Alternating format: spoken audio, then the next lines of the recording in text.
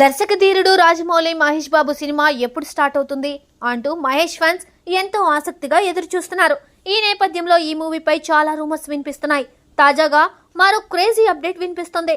డిసెంబర్లో ఈ cinema regular shooting ప్రారంభించబోతున్నారని, మొదటి షెడ్యూల్ షూటింగ్ ను జర్మనీలో మొదలు పెట్టనున్నారని తెలుస్తోంది. ఈ షెడ్యూల్ కి సంబంధించి త్వరలోనే యూనిట్ సభ్యులందరికీ వర్క్ షాప్ నిర్వహిస్తారట. కాగా ఈ సినిమా హాలీవుడ్ రేంజ్ లో జేమ్స్ బాండ్ తరహాలో రాబోతుంది. 2027 జనవరిలో ఈ చిత్రాన్ని రిలీజ్ చేస్తారని టాక్. ఇక ఈ సినిమాలో ప్రముఖ Indonesian beauty Chelsea Islan heroine పాత్రలో నటిస్తోందని పుకార్లు వినిపిస్తున్నాయి.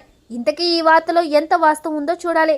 కాగా ఆ మధ్య విజయేంద్ర ప్రసాద్ ఈ సినిమా కథ గురించి ఓ ఇంటర్వ్యూలో చెబుతూ, నేను రాజమౌళి ఇద్దరం దక్షిణాఫ్రికా నవల రచయిత విల్బన్ స్మిత్ కు పెద్ద అభిమానులం.